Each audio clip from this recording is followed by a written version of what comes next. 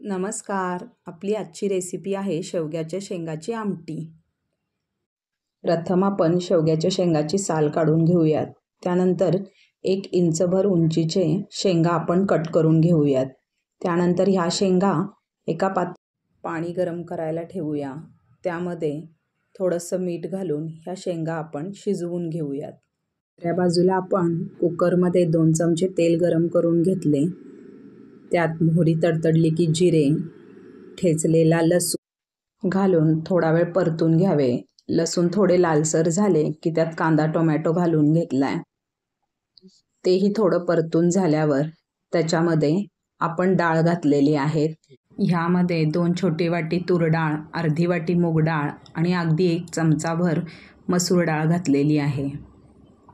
आता ह्यात आवडीनुसार तिखट घालून थोडंसं परतून घेऊन त्यात पाणी घालावं.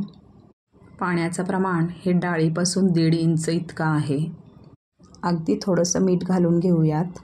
आता ह्यामध्ये थोडं कढीपत्त्याची पानं चुरडून घातलेली आहेत. पुन्हा एकदा सर्व मिक्स करून घेऊन कुकरला 4 शिट्ट्या करून घेऊयात.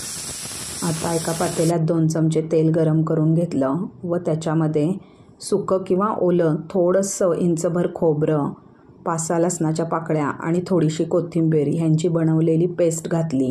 ह्यामध्ये आवडीनुसार लाल तिखट, अर्धा चमचा धने पावडर हे सर्व घालून पुन्हा एकदा चांगलं नीट मिक्स करून घेतलं.